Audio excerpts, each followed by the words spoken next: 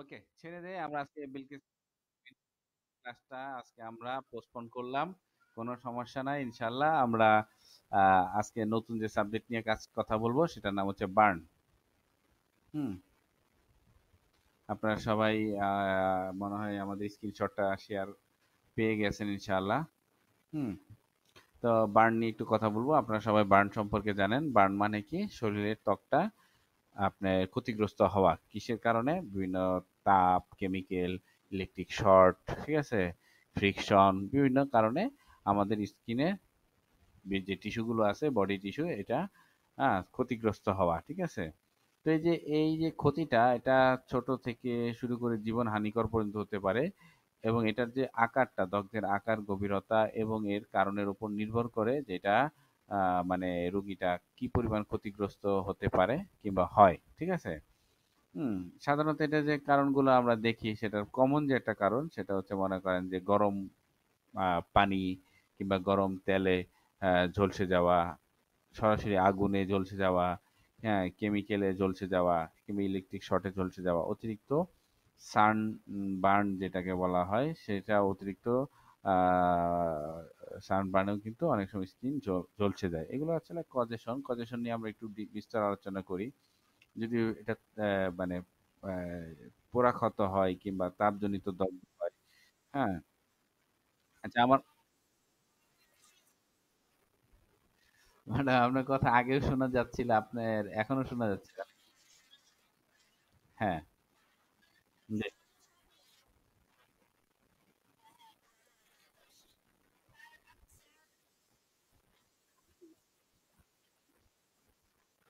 সবাই কি আমার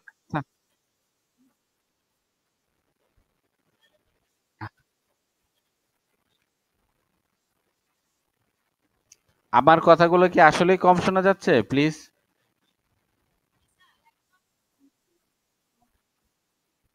সবাই কি আমার কথা কম শুনতেছেন?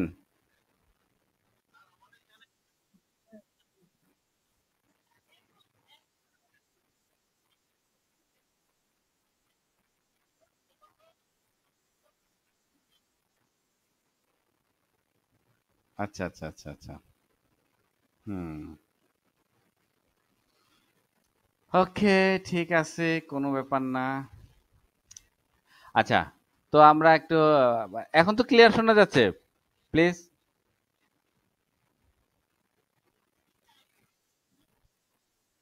ওকে, আসে আমরা আজকে এখন যেই বার্ন নিয়ে আমরা আলোচনা শুরু করেছিলাম, এটা একটু কজেশন নিয়ে একটু আলোচনা করি। কজেশনে আমরা কি দেখতে পাই?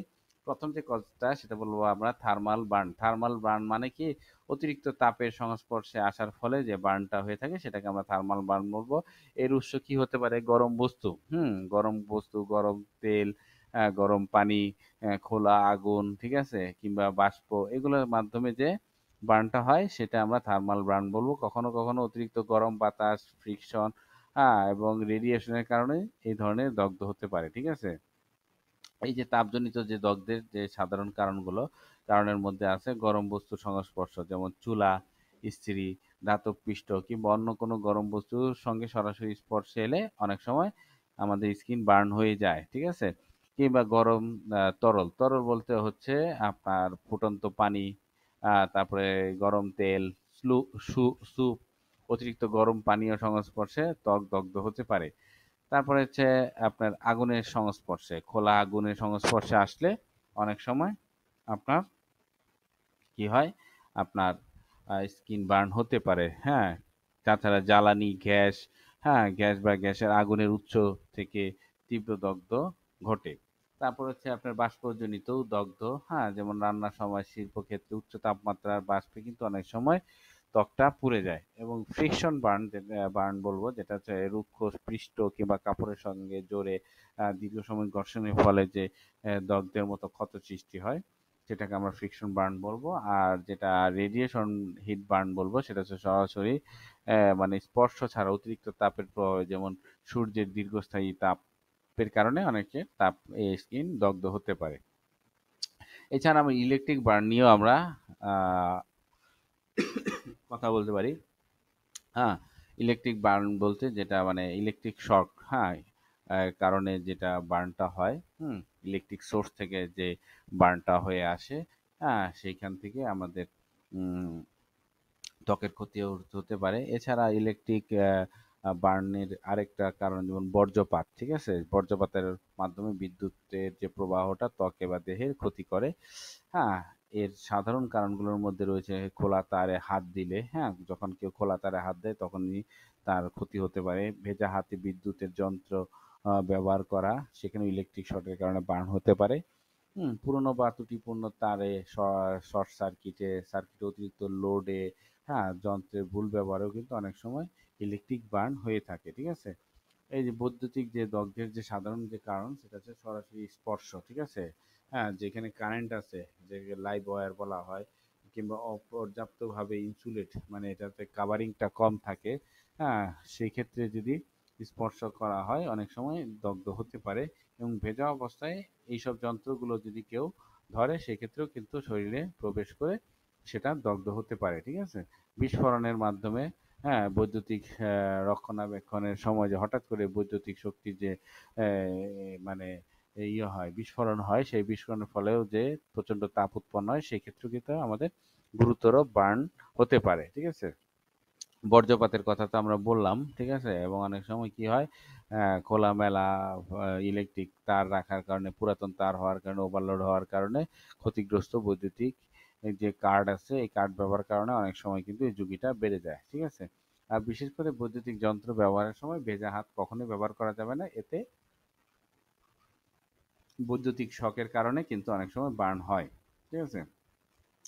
এছাড়া আমাদের রেডিয়েশন বার্ন নিয়ে একটু কথা বলি। রেডিয়েশন হচ্ছে বিভিন্ন ধরনের বিকিরণজনিত দগ্ধ, যেগুলো ত্বক এবং ত্বকের নিচে যে টিস্যু উচ্চ মাত্রায়, অতিবেগুনি বিকিরণের সংস্পর্শে আসে। হুম এর সাধারণ কারণ হলো সূর্যালোকে অতিরিক্ত স্পর্শ, ক্যান্সারের রেডিওথেরাপি চিকিৎসায় ব্যবহৃত এক্স-রে, হুম এইসব কারণেও কিন্তু অনেক সময় আপনার দুর্ঘটনা ঘটতে পারে, ঠিক আছে? হুম চিকিৎসাগত কারণে যেরকম ক্যান্সারের চিকিৎসা উচ্চ শক্তির যে মানে থেরাপি, রেডিয়েশন থেরাপি দেওয়া হয়, এই সকল কারণে, হ্যাঁ হুম যেমন বিশেষত স্তন, মাথা, ঘাড়, ত্বকের যে ক্যান্সারের আক্রান্ত রোগীদের ক্ষেত্রে যখন এই থেরাপি দেওয়া হয় সেক্ষেত্রে কিন্তু অনেক সময় বার্ন হয়ে থাকে, ঠিক আছে? শিল্প কারখানায় অনেক সময় তেজস্ক্রিয় যে পদার্থগুলো আছে সেই পদার্থের কারণে কিন্তু অনেক সময় বার্ন হয়ে থাকে। হুম আর উচ্চ ক্ষমতা সম্পন্ন যে রেডিও ট্রান্সমিটার আছে এসবের ক্ষেত্রে কিন্তু অনেক সময় দেখা গেছে কিছু পরিবেশগত বিকিরণের উৎস তৈরি হয়ে সেখানে আপনার বিকিরণজনিত বার্ন হয়ে থাকে। তারপর আরেকটা গুরুত্বপূর্ণ বার্ন আমরা জেনে থাকি সেটা হচ্ছে কেমিক্যাল বার্ন, ঠিক আছে? কেমিক্যাল বার্নটা ঘটে কি ও শক্তিশালী অ্যাসিডের মাধ্যমে, ঠিক আছে? অ্যাসিড বা ক্ষার উভয়ের মাধ্যমে কিন্তু আপনার ত্বকের এবং শরীরের টিস্যুর ক্ষতি হতে পারে। এই পদার্থগুলো বিশেষ করে গৃহস্থলে, হ্যাঁ কিংবা আমাদের ইন্ডাস্ট্রিয়াল পণ্যের মধ্যে পাওয়া যায়। হুম ওকে, সাধারণ কারণগুলোর মধ্যে রয়েছে ঘর পরিষ্কার করার জন্য যে আপনার ব্লিচিং পাউডার আছে, অ্যামোনিয়া আছে, শিল্প কারখানায় বিভিন্ন ধরনের ব্যাটারি অ্যাসিড আছে, এবং কৃষি এই নির্মাণ নির্মাণ কাজে ব্যবহৃত কিছু কেমিক্যাল আছে যেগুলোর সংস্পর্শে আসলে, কিংবা সেগুলো গিলে ফেলে নিঃশ্বাসের মাধ্যমে গ্রহণ করলে অনেক সময় রাসায়নিক দগ্ধতা হতে পারে, ঠিক আছে? এবং রাসায়নিক দগ্ধতার মধ্যে সবচেয়ে বেশি আপনার মানে কারণ হয়ে থাকে সেটা হচ্ছে acid, sulphuric acid, hydrochloric acid, nitric acid. এসব অ্যাসিড গুলো অনেক সময় কেমিক্যাল ইন্ডাস্ট্রিয়াতে পাওয়া যায়। অনেক সময় এগুলো কেউ মিস ইউজ করে, অনেকে কি করে অ্যাসিড নিক্ষেপ করে, সেক্ষেত্রেও কিন্তু এই অ্যাসিড নিক্ষেপের এই বার্নের রোগীগুলো আমরা পেয়ে থাকি, ঠিক আছে? অ্যালকালাইন বেজও অনেক পদার্থ আছে যেগুলো বার্নের কারণ হতে পারে, যেমন ড্রেন ক্লিনারের জন্য যেই কেমিক্যালটা ব্যবহার করা হয় সেগুলোর ক্ষেত্রেও কিন্তু আপনার বার্নের কারণ হতে পারে। সোডিয়াম হাইড্রক্সাইড, লাই, এগুলো আপনার বার্নের একটা অ্যালকালাইন বেস কারণ, ঠিক আছে? এছাড়াও অনেক বিষয়, অনেক গৃহস্থলীর পণ্য যেটা আমি একটু আগে বললাম, ব্লিচিং পাউডার, ডিটারজেন্ট, অ্যামোনিয়া, এগুলো কিন্তু বার্নের একটা কারণ হয়ে থাকে। এবং কেমিক্যাল বার্নগুলো কিন্তু বিশেষ করে হুম শ্বাসনালীর মাধ্যমে কিংবা গিলে ফেললে অনেকের এই ক্ষয়কারী রাসায়নিক পদার্থগুলো আমাদের শরীরে বিভিন্ন মানে কি বলে এই বার্ন সৃষ্টি করে। এবং আগুন থেকে যে উৎপন্ন যে বিষাক্ত ধোঁয়াটা আছে, এই ধোঁয়ার নিঃশ্বাস নিলে অনেক সময় দেহের ভিতরে অভ্যন্তরে বার্ন হতে দেখা যায়। ঠিক আছে? এরপর ফ্রিকশন বার্ন। ফ্রিকশন বার্ন বলতে কোনটাকে বোঝায়? সেটা হচ্ছে কোনো কিছুর সাথে ঘর্ষণের কারণে যে বার্নটা হয়ে থাকে। হ্যাঁ, সাধারণত এই ধরনের আঘাতগুলো ঘটে থাকে দুর্ঘটনায়, খেলাধুলার সময় পড়ে গিয়ে, হ্যাঁ? যেমন সাইকেল বা স্কটবোর্ড চালানোর সময় পড়ে গিয়ে রোড র্যাশে যে ক্ষতিগ্রস্তটা হয়, সেই বার্নগুলোতে কিন্তু আমরা এই ফ্রিকশন বার্নের মধ্যে পড়ে, হ্যাঁ? পড়ে গিয়ে পিচ্ছিলে পড়ে গিয়ে কিন্তু আমাদের যে স্কিনের ক্ষতি হয়, হ্যাঁ? সেই ক্ষতগুলোও কিন্তু আপনার এই আপনার বার্নের এক মতোই আপনার ট্রিটমেন্ট দিতে হবে। ঠিক আছে? হুম। এরপরে আমরা মোটামুটি যেই বার্নের অনেকগুলো কারণ নিয়ে আলোচনা করলাম। বার্ন আসলে আপনার রুগী যখন আসবে, তো বার্নটা কোন পর্যায়ে আছে সেটা কিন্তু একটা দেখা জরুরি বিষয়। ঠিক আছে? আমাদের বার্নিং এর প্রধানত ৩টি ডিগ্রি আছে। হ্যাঁ? প্রধানত ৩টি ডিগ্রি আছে। কিছু, কিছু ক্ষেত্রে কিছু ডাক্তার এটাকে ৪র্থ বার্ন পর্যন্ত উল্লেখ করা হইছে। হ্যাঁ? তো ফার্স্ট ডিগ্রি বার্ন যেটাকে আমরা বলি, এটাকে মোটামুটি সুপারফিশিয়াল বার্ন বলা হয়। আপনারা জানেন, হ্যাঁ, এই আমাদের স্কিনের যে উপরের যে ত্বকটা আছে, যেটাকে আমরা ইপিডার্মিস বলি, সেই ইপিডার্মিস যখন আক্রান্ত হয়, সেই আক্রান্তর কারণে যে বার্নটা হয়, হ্যাঁ, সেইটাকে আমরা ফার্স্ট ডিগ্রি বার্ন বলে থাকি। এখানে আসলে মূলত হালকা লালচে ভাব, হালকা ব্যথা জ্বালা পোড়া থাকে, তেমন কোনো ফোসকা থাকে না এবং ২-৪ দিনের মধ্যে এটা সেরে যায়। হ্যাঁ, এই ফার্স্ট ডিগ্রি বার্নটা মানে খুবই হালকা এক ধরনের, মানে খুবই এক ধরনের হালকা বার্ন, যা ত্বকের মানে বাহিরের যে স্তরটা, যেটাকে আমরা বলবো আউটার লেয়ার অফ স্কিন কিংবা ইপিডার্মিস, সেইটাই শুধু ক্ষতিগ্রস্ত হয়। ঠিক আছে? এতে লালচে ভাব, শুষ্কতা, হালকা ফোলা, ব্যথা এগুলো থাকে, তবে ফোসকাটা দেখা যায় না। ঠিক আছে? এর সাধারণ কারণ হলো হালকা রোদে পোড়া, গরম বস্তু বা তরলের সামান্য স্পর্শে আসা, অল্প স্পর্শে আসা এবং বাষ্পে পোড়া। এই কারণে আপনার এই দগ্ধতা হয়ে থাকে। এটার যে লক্ষণগুলো আপনারা দেখবেন, সেটা হচ্ছে ত্বকটা লাল হয়ে যায়, প্রদাহযুক্ত হয়ে থাকে, এর মধ্যে ব্যথা অনুভব হয়। ঠিক আছে? এই ত্বকটা শুষ্ক থাকে। ফোসকাটা আসলে যেটাকে আমরা ব্লিস্টার বলি, এই ব্লিস্টারটা তেমন একটা হয় না। হালকা ফোলাটা মাঝে মধ্যে পাওয়া যায়।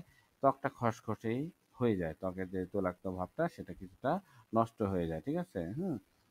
তো এটার আমরা কারণটা তো বুঝতেই পারলাম যে এটা আসলে বিভিন্ন ধরনের রৌদ্রে পুড়ে হতে পারে, কিংবা গরম বস্তুর সামান্য স্পর্শে আসলে, কিংবা গরম পানির সামান্য স্পর্শে আসলে, কোনো ক্ষেত্রে রাসায়নিক পদার্থের সামান্য স্পর্শে আসলেও অনেক সময় হয়ে থাকে। ঠিক আছে? তো ফার্স্ট ডিগ্রি যে আসলে চিকিৎসাটা ঘরোয়া প্রাথমিক চিকিৎসা দিলেই ভালো হয়ে যায়। এটা নিয়ে তেমন একটা টেনশন করা লাগে না। কারণ পুরা স্থানটি অন্ততপক্ষে ৫ থেকে ৭ মিনিট আপনার ঠান্ডা, হুম, সামান্য শীতল পানিতে যদি ডুবিয়ে রাখেন, ব্যথাটা কমতে শুরু করবে। ঠিক আছে? এবং বেশি ব্যথা না কমে তো ব্যথা কমার জন্য যেকোনো ওষুধ খেলে, হ্যাঁ, এবং ত্বকটাকে শান্ত রাখলে অ্যালোভেরা জেল দিয়ে কিংবা ময়েশ্চার ক্রিম দিয়ে যদি আপনি একটু এটাকে ঢেকে রাখতে পারেন, তাহলে এটা এমনিতেই ঘরোয়া চিকিৎসাতে ভালো হয়ে যায়। এটার তেমন একটা ব্যান্ডেজের কখনো প্রয়োজন হয় না। বিশেষ প্রয়োজনে এটাকে আমরা ব্যান্ডেজের আন্ডারে আনতে পারি। কিন্তু সেকেন্ড ডিগ্রি যে বার্নটা, এটাকে আপনার একটু মানে বেশি ডিপ লেভেলে চলে যায়। ঠিক আছে? এটাতে আপনার, হ্যাঁ, এ আপনার এটা একটু পার্শিয়ালি যে আপনার পার্শিয়াল থিকনেস বার্নিং বলা হয় সেকেন্ড ডিগ্রি। এখানে এপিডার্মিস লেয়ার তো ক্ষতিগ্রস্ত হয়, ডার্মিস লেয়ারটাও কিছু ক্ষতিগ্রস্ত হয়ে যায়। ঠিক আছে? এতে আসলে ফোসকার তীব্র ব্যথার সাথে ফোসকা, লাল এবং ভেজা ত্বক থাকে এবং সংক্রমণ হওয়ার ঝুঁকিটা বেশি থাকে। এই সেকেন্ড ডিগ্রি যে দগ্ধতা বার্নিংটা, এটা আংশিক স্তরটা দগ্ধ হয়। ঠিক আছে? এবং সেক্ষেত্রে আপনার ত্বকের ইপিডার্মিসের সাথে সাথে ভিতরের যে একটা অংশ, ডার্মিস লেয়ার, সেই অংশটা ক্ষতিগ্রস্ত হয়ে এতে তীব্র ব্যথা থাকে, লালচে ভাব থাকে, ফোলা ভাব থাকে এবং ফোসকা দেখা দেয়। ঠিক আছে?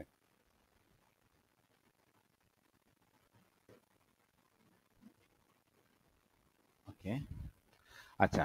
তো এখানে লক্ষণটা কেমন দেখবেন আপনি? এটা লক্ষণ হচ্ছে এটা লাল লাল হয়ে থাকবে, ত্বকটা লাল হয়ে থাকবে, ত্বকটা ফুলে থাকবে এবং ফোসকা থাকবে। ঠিক আছে?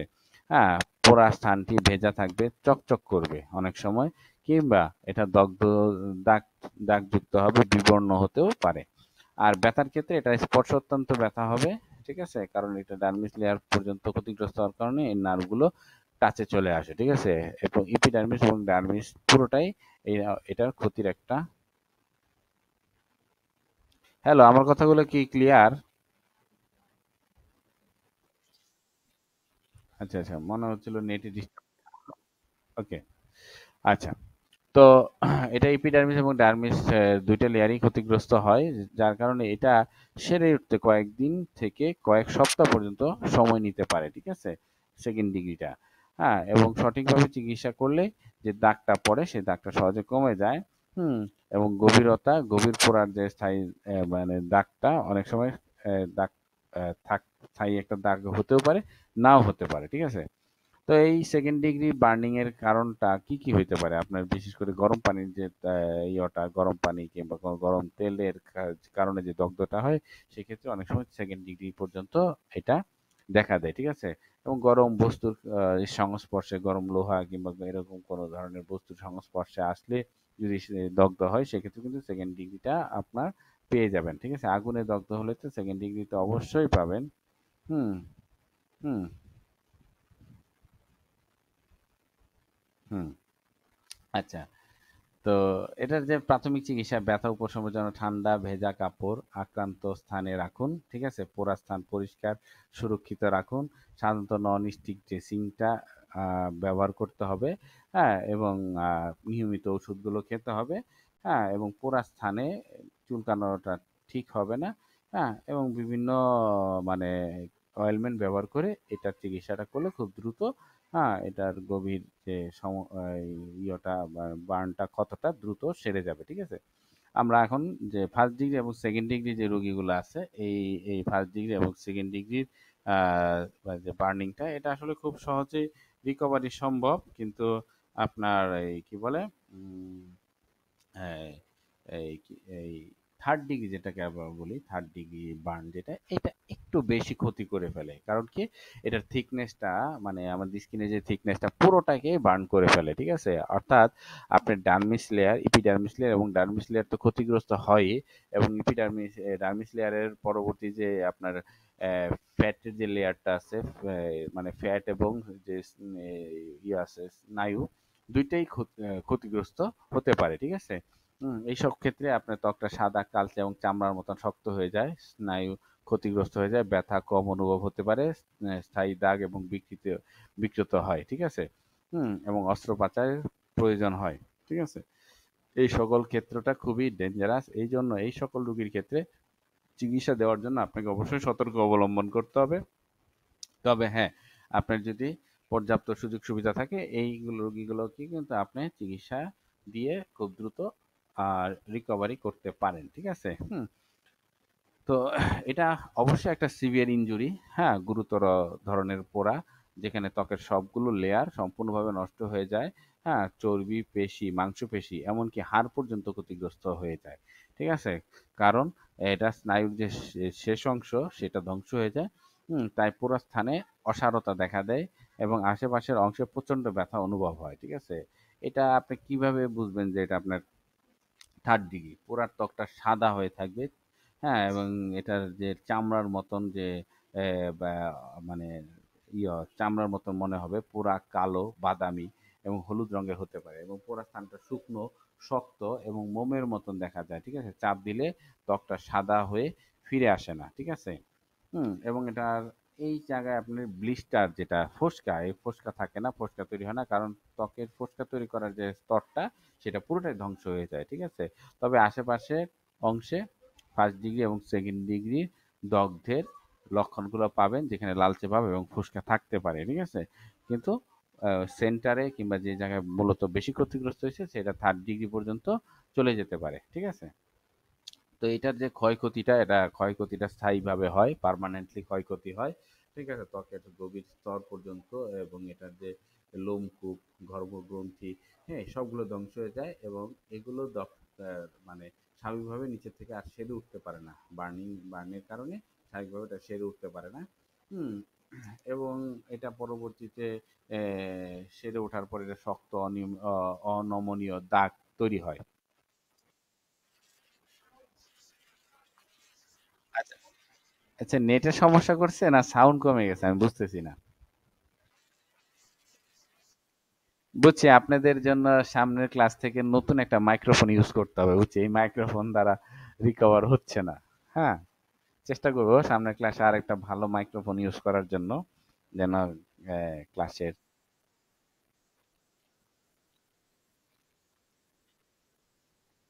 ধন্যবাদ। আচ্ছা, ঠিক আছে, তবে থার্ড ডিগ্রি সবচেয়ে ভয়াবহ যে সমস্যাটা আপনারা একটু খেয়াল করবেন সেটা হচ্ছে infection. High risk of infection থাকে, ঠিক আছে? যেহেতু ত্বক হচ্ছে আমাদের একটা প্রোটেক্টিভ অর্গান, আমাদের পুরো বডিকে প্রোটেকশন দেয়। আমাদের বডিতে বিভিন্ন ধরনের ব্যাকটেরিয়া ভাইরাসের আক্রমণ থেকে একটা প্রোটেকশনের স্তর হচ্ছে আমাদের স্কিন। ঠিক আছে, যখন এই পুরো স্তরটা আপনার বার্ন হয়ে যায়, ত্বকের প্রাকৃতিক যে সুরক্ষা স্তরটা নষ্ট হয়ে যায়, যার ফলে পুরা স্থান থেকে সহজে ব্যাকটেরিয়া আক্রান্ত হওয়ার সম্ভাবনা থাকে। ঠিক আছে? এটা হচ্ছে থার্ড ডিগ্রির আপনার রোগীদের জন্য সবচেয়ে বেশি মানে ভয়ের ব্যাপার। হ্যাঁ?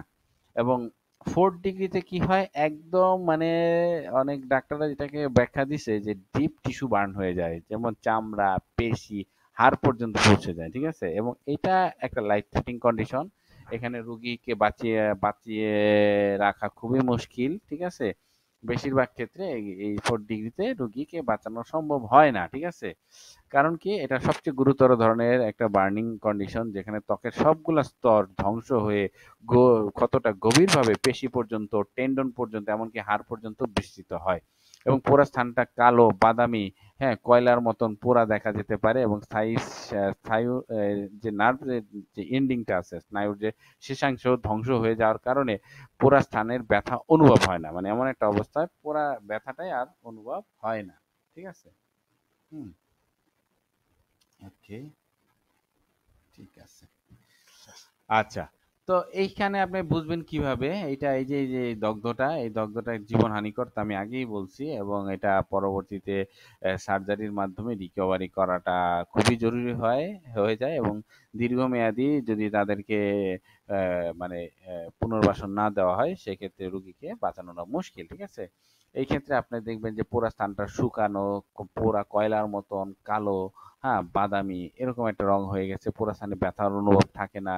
হ্যাঁ, এবং গভীর টিস্যু পর্যন্ত ক্ষত হয়ে যাওয়ার কারণে স্নায়ুগুলো পুরোটা ধ্বংস হয়ে যায়, এবং এই স্তরে মানে এই বার্নিং এ, মানে 4 ডিগ্রি বার্নিং এ পরে ত্বকের সমস্ত স্তরগুলো পেরিয়ে এটা পেশি এবং বোন পর্যন্ত পৌঁছে যায়। ঠিক আছে? এটার যে জটিলতা, প্রথমত হচ্ছে আহ, এটার যে গভীর যে ক্ষতির ফলে পেশি এবং টেন্ডনের যে ক্ষতিটা হতে পারে, হ্যাঁ, ওই আক্রান্ত স্থানের কার্যক্ষমতা সম্পূর্ণ নষ্ট হয়ে যায়। ঠিক আছে? হ্যাঁ, এবং এটার যে মানে দাগটা মানে স্থায়ীভাবে এটা তৈরি হয়, এবং এটার যে বিকৃত অবস্থাটা বোঝা যায় যদি পোড়া অংশ হাত বা পায়ে হয়, তবে লোমকূপ বা নখ নষ্ট হয়ে যেতে পারে। ঠিক আছে? আর ইনফেকশন তো অবশ্যই এখানে মানে মেজর ফ্যাক্ট, যেখানে আপনার ত্বকের পুরো প্রোটেক্টিভ যে বেরিয়ার সম্পূর্ণ ধ্বংস হয়ে যায়, যার কারণে পুরো স্থানে সহজে সংক্রমিত হতে পারে, এবং ত্বক এই জায়গায় ডিহাইড্রেশন এবং মানে এই ধরনের রোগীর ক্ষেত্রে ডিহাইড্রেশন দেখা দেয়, এবং শকে রোগী চলে যাওয়ার সম্ভাবনা বেশি থাকে। ঠিক আছে? হ্যাঁ, যেহেতু ত্বকের কার্যক্ষমতা হারিয়ে যায়, এবং ত্বকের যে শরীরের ওই অংশের তরল আমাদের বডি ফ্লুইড সেটা লস হয়, এবং পরবর্তীতে আমাদের শরীরে ডিহাইড্রেশন দেখা দেয়, এবং ডিহাইড্রেশনের কারণে কি হয়, পরবর্তী আপনার হাইপোভেলমিক শক সৃষ্টি হতে পারে। ওকে, তো এই ক্ষেত্রে তাৎক্ষণিকভাবে জরুরি চিকিৎসা, দ্রুত পূর্ণাঙ্গ চিকিৎসার প্রয়োজন। ঠিক আছে? হ্যাঁ, সেক্ষেত্রে সার্জারি আছে, সার্জারি চিকিৎসা নিয়ে আমরা আলোচনা করব না, আলোচনা করে আমাদের লাভ নাই, যেহেতু আমরা সার্জারি করতে পারি না। ঠিক আছে? হ্যাঁ, এবং এই সকলের ক্ষেত্রে এই বার্নিং এর যে জটিলতা, আমরা যদি একটু জটিলতা দেখি, সবচেয়ে প্রধান জটিলতা হচ্ছে ইনফেকশন। ঠিক আছে? কারণ পোড়া জায়গা দিয়ে যদি ব্যাকটেরিয়া ঢুকে যায়, রক্তে ইনফেকশন হয়ে যায়, রক্তে বা সেপসিস হয়ে যায়, সেখানে ক্ষেত্রে রোগী অন্যান্য সমস্যার মধ্যে জড়ায় যেতে পারে, এবং ফ্লুইড লস হতে পারে। হ্যাঁ, আপনার ডিহাইড্রেশন হয়ে দেখা গেছে রোগী তার ত্বকে দিয়ে প্রচুর পানি বের হয়ে যাওয়ার কারণে তার ডিহাইড্রেশন হয়ে রোগী পরবর্তীতে হ্যাঁ, মানে বার্নিং শকের দিকে চলে যেতে পারে, রক্তচাপ হঠাৎ করে কমে যেতে পারে, হুম, যার কারণে শক হতে পারে। হ্যাঁ, এবং সাইকোলজিক্যাল ট্রমা যেটাকে আমরা বলবো, এই ধরনের বার্নিং এর ক্ষেত্রে একটা ভয় ভীতি, এবং মানে মানসিকভাবে একটা মানে আঘাত তার ভিতরে কাজ করে। হ্যাঁ, এই। তো আমরা যদি প্রাথমিক চিকিৎসাটা আমরা একটু নিয়ে চিন্তা করি যে ত্বকদের ক্ষেত্রে আমরা খুব সহজে সেটা হচ্ছে প্রাথমিক যে চিকিৎসাটা যদি আমরা জেনে রাখতে পারি তাহলে রোগীকে কিন্তু ইনস্ট্যান্ট একটা সমাধান দিতে পারবো। তারপর আমরা চিকিৎসা করার জন্য আমরা যেকোনো মেডিসিন কিন্তু অবশ্যই এপ্লাই করব। ঠিক আছে? তো প্রাথমিক চিকিৎসার ক্ষেত্রে আমরা তাপের যে উৎসটা আছে সেটাকে প্রথমে আপনাকে সরাইতে হবে এবং ঠান্ডা পানি ব্যবহার করার ব্যাপারটা আপনাকে বুঝতে হবে। ফোসকাটা কখনোই আপনি ফুটানো যাবে না, ফাটানো যাবে না। এটা ফাটাইলে এখান থেকে আপনার বডি ফ্লুইড লিকেজ করতে পারে, যেটা পরবর্তীতে বড় ধরনের ক্ষতির কারণ হতে পারে। এবং পরিষ্কার শুকনো কাপড় দিয়ে ঢেকে রাখা এবং গুরুতর বার্নের ক্ষেত্রে রোগীকে মানে আপনাকে পাঠিয়ে দেওয়া, হাসপাতালে পাঠিয়ে দেওয়া। তো আপনার বার্নের যদি রুগীকে আপনার প্রাথমিক চিকিৎসাটা দিতে পারেন, হ্যাঁ, দগ্ধ হওয়ার যে প্রক্রিয়াটা মানে খুব দ্রুত থামাইতে পারেন, হ্যাঁ, এবং দগ্ধের যে অংশটা আছে এটাকে ঠান্ডা পানি দিয়ে যদি অন্তত ২০ মিনিট আপনি ভিজিয়ে রাখতে পারেন, ঠান্ডা করার পরে দগ্ধ স্থানে মানে অতিরিক্তভাবে মানে কি বলে ক্লিং ফিল্ম দিয়ে ঢেকে ত্বকটাকে ত্বকে যেন আটকে না থাকে এরকম নন স্টিক পোশাক দিয়ে যদি এটাকে বেঁধে রাখতে পারেন, সেক্ষেত্রে রুগীরা খুব দ্রুত রিকভারি করতে পারে। ঠিক আছে? তো প্রথমত আপনি ইমিডিয়েটলি যে অ্যাকশনটা নেবেন, কি অ্যাকশনটা নেবেন? ইমিডিয়েটলি অ্যাকশনটা হচ্ছে প্রথমে দগ্ধটাকে থামাইতে হবে। ব্যক্তি যদি আগুন বা তাপের মধ্যে থাকে সেটাকে প্রথমে সরাইতে হবে। হ্যাঁ, যদি ব্যক্তি আগুনে জ্বলে যায় তাকে মাটিতে গড়ানো কিংবা কম্বল দিয়ে ঢেকে আগুনটাকে নিভাইতে হবে। বৈদ্যুতিক যদি বার্ন হয় প্রথমে তাকে পাওয়ারটাকে বন্ধ করে তার ইলেকট্রিক শকটাকে স্টপ করে দিতে হবে। ঠিক আছে? এবং পোশাক শরীরে যদি কোনো গয়না থাকে সেই গহনাগুলো আগে তাকে সরিয়ে ফেলতে হবে এবং ত্বকে আটকে থাকা যদি কোনো কিছু থাকে সেটাকে কিন্তু সরানো যাবে না। ঠিক আছে? তাহলে রুগী ব্লিডিং হতে পারে, অন্যান্য ক্ষতি হতে পারে। ঠিক আছে? এবং ব্যক্তিকে আপনার একটা উষ্ণ জায়গায় আপনি রুগীকে স্থানান্তর করতে হবে এবং তাকে, হ্যাঁ, দগ্ধ যে স্থানটা সেটাকে, হ্যাঁ, মানে মানে ঘষানো যাবে না কোনো কিছু দিয়ে, যেমন কম্বল-টম্বল দিয়ে, হ্যাঁ, তাকে মানে আঘাত করা যাবে না। ঠিক আছে? এবং ঠান্ডা পানি ব্যবহার করতে হবে দগ্ধ স্থানে প্রচুর পরিমাণে হালকা, ২০ মিনিট তাকে পানি দিয়ে তাকে এ ইয়ে করতে হবে, মানে পানি ভিজিয়ে রাখতে হবে কিন্তু বরফ পানি ব্যবহার করা যাবে না। ঠিক আছে?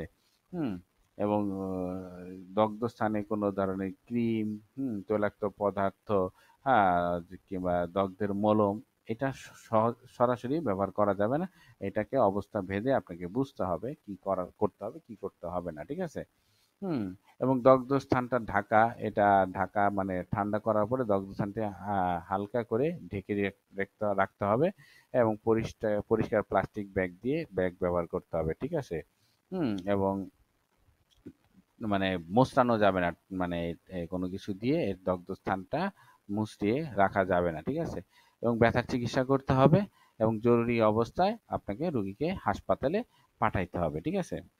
তো আপনার বার্নিং বার্নিং রোগীদের কে আপনার মানে কতটুকু তার ক্ষতিগ্রস্ত হয়েছে এটার একটা আপনার রুলস আছে, এটাকে বলে রুল অফ 9। ঠিক আছে? যে বার্নিং এর সিভিয়ারিটি কত, বার্নিংটা যে হয়েছে কি পরিমাণ বার্নিং হয়েছে, কি পরিমাণ ক্ষতি হয়েছে, এটাকে আপনি কিভাবে আইডেন্টিফাই করবেন। ঠিক আছে?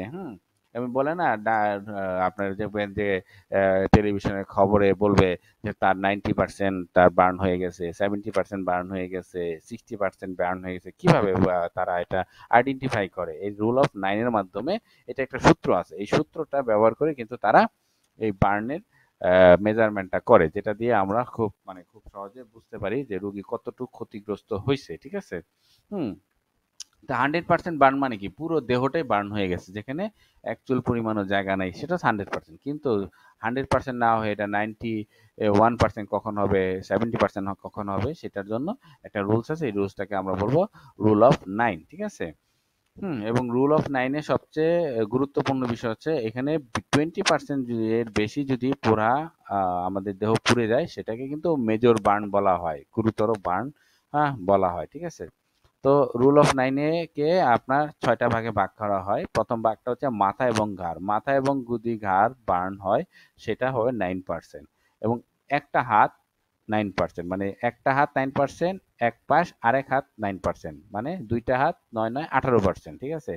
একটা পা 18%, দুইটা পা 18×24 36%, ঠিক আছে।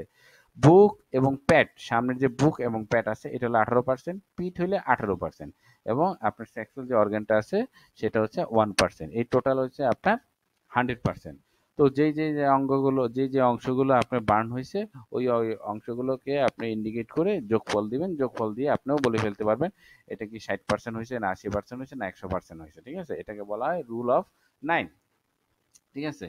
তো আমরা বার্ন নিয়ে মোটামুটি আলোচনা করলাম, ঠিক আছে। হ্যাঁ, বার্নের এখন আমরা চিকিৎসা নিয়ে একটু আলোচনা করব। আমরা একটু প্রোটোকলগুলো একটু দেখি। আমাদের ইলেকট্রোএনসেফালিটিতে চমৎকার একটা মেডিসিন আছে, যে মেডিসিনটা আপনি ব্যবহার করলে বার্নের রোগীকে আপনি ত্বরিত আরাম দিতে পারবেন। সেটা হচ্ছে বিই আপনি D4 এ যদি কম্প্রেস করেন, ঠিক আছে, যতটুকু সম্ভব আপনি যদি এটাকে আপনি ব্যবহার করেন তাহলে রোগীকে আপনি আরাম দিতে পারবেন, ঠিক আছে। কারণ বির কথা, প্রথম কথা হচ্ছে বার্নিং, ঠিক আছে, বার্নিং। হ্যাঁ, আপনি বার্নিং আপনি যদি চিন্তা করেন তাহলে সর্বপ্রথম আসবে, ঠিক আছে। এবং এটা ব্লাডের উপরও কাজ করে। হ্যাঁ, হ্যাঁ, যার কারণে আপনার আপনার আপনার ব্লাড যে সেপসিস হয়, রক্ত যে আপনার ইনফেকশন হয় সেটাকেও কিন্তু রিকভারি করবে। তো আপনি প্রথমে কি করবেন, আপনার D4 এর বানিয়ে ওয়াটার বেস আপনি কম্প্রেস করবেন, ঠিক আছে, এবং যত বেশি পারেন তত বেশি এটা কম্প্রেস করবেন, ঠিক আছে। যদি সম্ভব হয় কি করবেন আপনি, যদি এখানে আলসার দেখেন সেখানে A2C5B দিয়ে সেটাকে আপনি লোশন বানাবেন, সেই লোশনটা দিয়ে ব্যান্ডেজ করবেন, ঠিক আছে। হ্যাঁ, যদি আপনি দেখেন এখানে ফোসকা হয়েছে, ফোসকা কখনো ফাটানো যাবে না। ফোসকা ফাটাইতে গেলে রুগীর ক্ষতি হতে পারে, সেক্ষেত্রে অপেক্ষা করবেন, ঠিক আছে। হুম যদি ফোসকা হয়, ফোসকার উপরে আপনি RE-D3 বেস ইউজ করবেন। ডাইরেক্ট D3টা দিয়ে আপনার একটা ব্যান্ডেজ দিয়ে এটা রেখে দিবেন, দেখবেন যে ওটা ফোসকাটা ধীরে ধীরে চুপসে গিয়ে বসে গেছে। হ্যাঁ, কিংবা ফেটে গিয়ে ওটা বসে গেছে। কিন্তু আপনি চাপ দিয়ে এটা ফাটানোর চেষ্টা করবেন না, ফুসকা ফাটাইতে গেলে রুগীর বেশি ক্ষতি হইতে পারে, ঠিক আছে। তো আপনি যদি রুগীর আলসার দেখেন, A2C5BE-D4 এর লোশন বানিয়ে এটা ব্যবহার করবেন, তাতে রুগীর আহ, মানে বার্নিং যে পেইন গুলো আছে খুব দ্রুতভাবে রিকভারি হবে, এবং আলসারটাও খুব অল্প সময়ের মধ্যে রিকভারি হবে। কিন্তু রোগী যদি সিরিয়াস হয়, রোগীর যদি কন্ডিশনটা খুবই মারাত্মক লেভেলের হয়, তাহলে সেক্ষেত্রে A2C5P2 হুম B B direct D3 use করবেন। হ্যাঁ, মনে করেন ডাইরেক্ট D3, এবং এখানে ভ্যান 1 আপনি D3 থেকে 2 ফোঁটা দিয়ে নেবেন, দিয়ে আপনি মনে করেন একটা কি করবেন, ব্যান্ডেজ দিবেন, কোনো তুলা ব্যবহার করা যাবে না, ঠিক আছে। ব্যান্ডেজ নিবেন, ব্যান্ডেজটা নিয়ে ব্যান্ডেজটা আপনি মেডিসিনের মধ্যে ভিজিয়ে সেই ব্যান্ডেজটা আপনার ওই পুরো স্থানে আপনি দিয়ে রাখবেন, ঠিক আছে। যদি দিয়ে রাখেন দেখবেন যে ধীরে ধীরে আধা ঘন্টা 1 ঘন্টার মধ্যে দেখবেন ওই জায়গার যন্ত্রণাটা কমে গেছে, এবং পরবর্তীতে তাকে অন্যান্য চিকিৎসা দিলে ইনশাল্লাহ রোগী ঠিক হয়ে যাবে। তো বার্নিং এর সবচেয়ে বড় সমস্যা কি, আপনার পুজ আসা। পুজ যদি আসে সেক্ষেত্রে আপনার প্রথমে C5G দিয়ে, হ্যাঁ, প্রথমে কি করবেন, C5, এগুলো প্রোটোকলগুলো একটু লিখে নেন, এটা আমাদের এই নোটের মধ্যে নাই। যদি পুজ আসে, ঠিক আছে, বার্নিং এর কোনো রোগীর যদি পুজ আসে, তো এখানে C5G দিয়ে প্রথমে ডিস্টিল ওয়াটার বেস স্প্রে করে ভালো করে পরিষ্কার করে নেবেন, ঠিক আছে। পরিষ্কার করে নিয়ে তারপরে S5C3 S5C3A2C5G এর লোশন বানিয়ে সেই লোশনটা ব্যবহার করবেন, ঠিক আছে। হুম লোশনটা ব্যবহার করলে সে আপনার পুজগুলো খুব দ্রুতভাবে আপনার রিকভারি হবে। প্রত্যেক দিন 2 বার কিংবা 1 বার সেই ব্যান্ডেজটা পরিবর্তন করবেন, ঠিক আছে। কারণ পুজটাকে যদি আপনি রিকভারি না করতে পারেন তাহলে রোগীর অনেক বড় ক্ষতি হয়ে যেতে পারে, ঠিক আছে।